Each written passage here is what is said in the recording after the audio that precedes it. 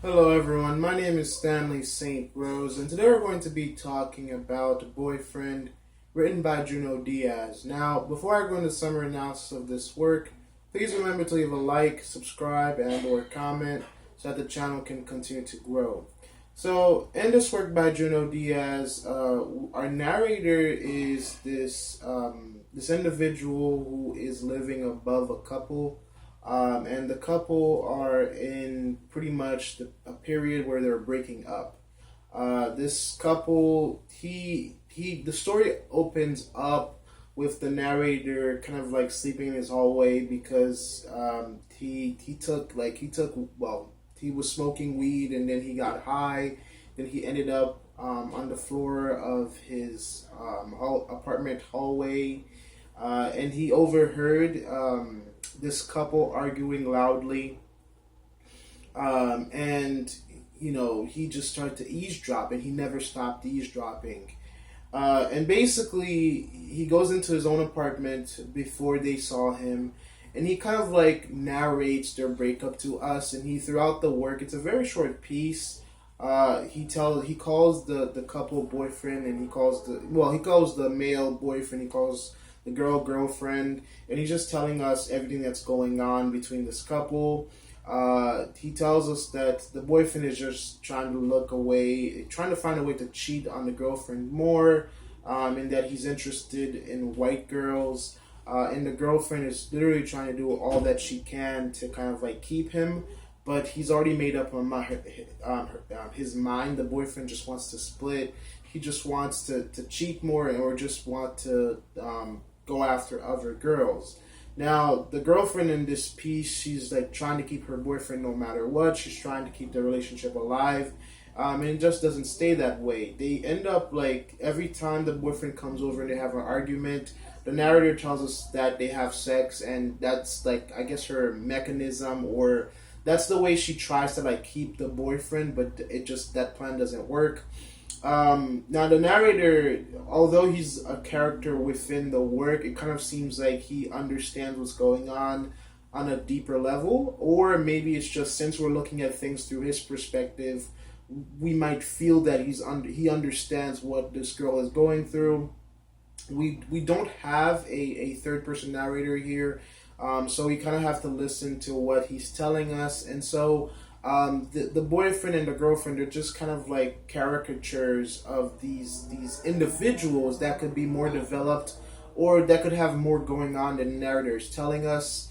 So everything is coming from our narrator's perspective and what he sees in this couple, and also how he's kind of like reflecting his own relationship on this couple, because throughout the work he tells us that he's just going through a breakup of his own. He used to date this girl by the name of Loretta, and they had a bad breakup. Kind of like all the things that are happening within the apartment below him.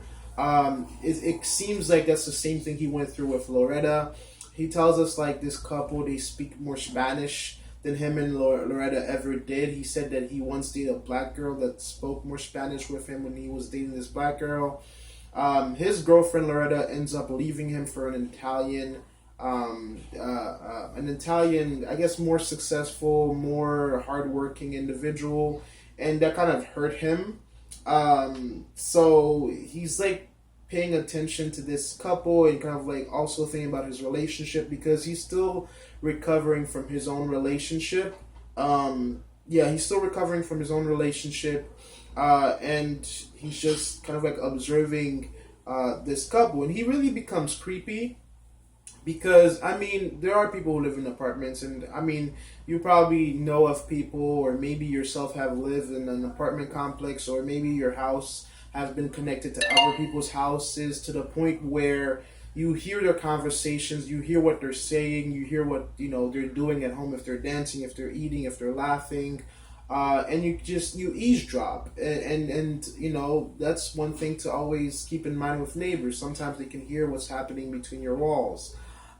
So pretty much he listens to this girl like when they're in the bathroom. I mean, it gets so creepy to the point where he's listening to them have sex, and that's kind of like, I mean, it gets really weird. I mean, I know he's going through a breakup himself, and I know, yes, it's not his fault that he's hearing what's going on in other person's apartments. I just feel still, just out of common courtesy, it's very creepy, and he shouldn't do that. And so that couple usually breaks up. Boyfriend leaves and goes after white girls, and the girlfriend, she kind of like, at the end of the work, the narrator sees the girlfriend on the stairwell, and she has her hair kind of like in a fierce look.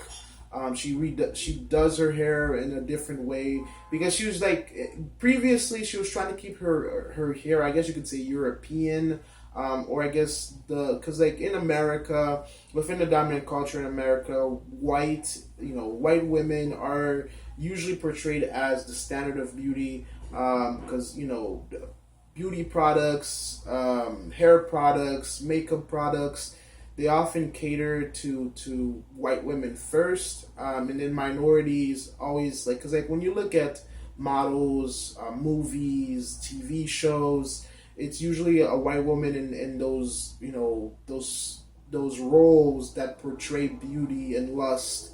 And so people who are in minorities, women who are in minorities, they always have to look up to that.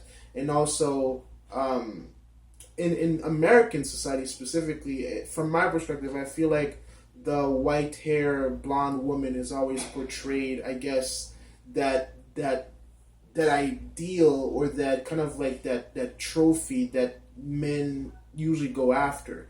And that's something that, it's not just me, that's not just my perspective, that's something that's just common within American culture, where society kind of like builds this narrative where men are supposed to chase after the white blonde girl. So this girl herself, she's Spanish, she's trying to keep her boyfriend, and her boyfriend is chasing after white girls. So there's a lot that's playing on here. You could also, think about the impact this has on this girl mentally, because, she wants to date, she wants to keep her boyfriend, but she's in competition with these girls, and there's nothing that she can do about it. We know this affect her because for a period, she's putting a lot of makeup on. She's, I guess, Europeanizing her hair, so that she can look more European, more white. And then at the end, she kind of like goes her own ways and stop obeying to the standards of the dominant culture. So that's a little bit, that's, a piece of the story to unpack there. The other thing is, we see that the narrator really makes caricatures of these individuals. We're not really, when you don't have a third person narrator, you really are just left with what the first person narrator gives you. And he gives us his perspective of these people, what he thinks about their lives, what he thinks is happening with their relationship, where they come from. He even tells us that they look rich, they look like they're from, a rich society. Now, for me, I kind of question that, because, they're living in the same apartment complex, in the same neighborhood, in the same community. Usually when people are extremely richer than you, they're probably not living near you, because, that's just how society is. The richer you are, the more luxurious living conditions you can afford. So, he's living in the apartment above this woman. They live in the same community. They don't like exist in the same social circles, but they're living in the same community. So I kind of like, from my own perspective, I kind of think about, is she that much, much more wealthier than him if they're kind of like living so close to each other in the same community? Because when people are very, because he even says that she's kind of like from another planet, that this, like they could be models or something, because they look good, they look attractive, they never talk about bills, but that doesn't necessarily mean that they're, light years away of you financially. He just assumes that. So we're kind of built off. We're given a perspective of these people based off of the first our narrator's perspective, first person perspective, and it's not 100% trustworthy, because we're only getting one side of the story. The narrator doesn't invite this girlfriend to his apartment. They sit down together. They have a cup of coffee. He puts on music. They conversate, but they don't really develop a relationship. He doesn't ask her out, and she doesn't seem to be interested in a romantic sense towards him, or at least nobody made a move for that. And then they see each other like on the stairwell going up and down, and he says hi at the end and says you look fierce, but she doesn't give him any signs, or he interprets as if she never gives him a sign to kind of like maybe pursue her more. So I mean that's all coming from his perspective. We don't know her true feelings about him because again, when you have a first person narrator, the first person narrator can't jump into people's emotions like a third person narrator will, or can. They can't jump into, because we don't know what she truly thought about him, and we don't know what truly went inside of the mind of the boyfriend. We're just stuck with this narrator's perspective, and he just sees her as this rich, beautiful girl that's above his level, that he'll probably never have a relationship with, where her relationship went to smithereens, and he gives us a story where he kind of pretends, or at least depicts to us, that he understands their relationship on a much deeper level. And from my perspective, I kind of question how much he really knew about what they went through. Because yes, on the surface level, he witnessed the breakup, but not everything he said about them as individual, as a couple, some things need to be questioned here. Don't take it at 100%. In terms of analysis, in terms of deeper meaning, I mean, first of all, you can see like how the narrator is kind of like trying to deal with his own emotions by being nosy within other people's businesses. And I think it says a lot about just us as humans too, because I feel like when we're dealing with a problem, when we're going through something, we usually, maybe if you have too much to deal with, you just turn on the TV, get lost in the TV show, and try to forget about whatever you're dealing with. Maybe it's a breakup, maybe someone passed away in your family, and you try to find something to escape, try to find something to take your mind off of it, try to find something where you don't have to think about it. So the narrator, I feel like he's dealing with his breakup with Loretta, but the only thing that he seems that, well, the only thing that he feels like he could do is listen to this couple's business. Also, we do get this, the narrator making characters of these individuals. We never really go into the mind of this girlfriend or boyfriend. It's just our narrator. So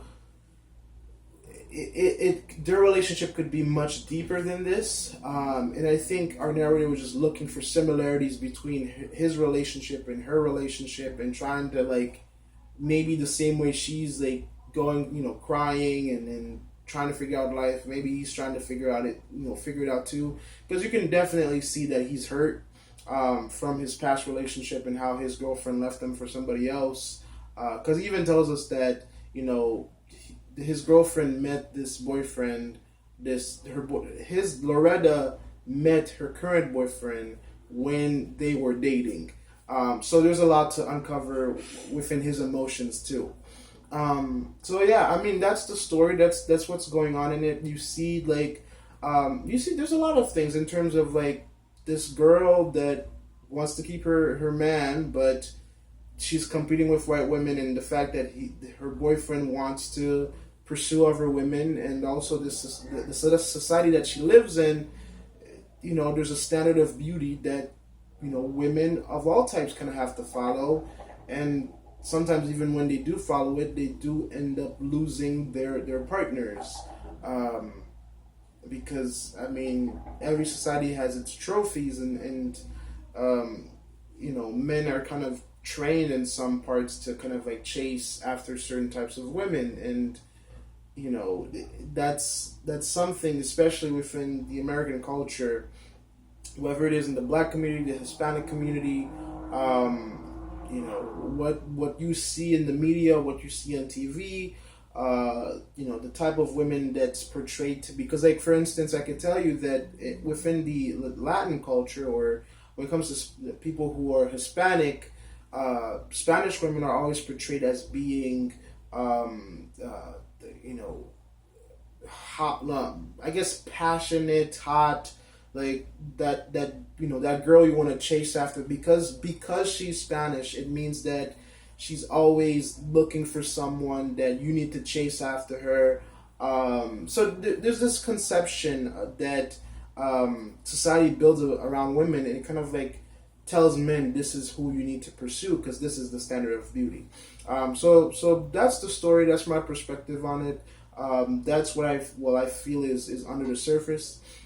Please remember to leave a like, subscribe, and or comment, and I'll see you guys in the next video.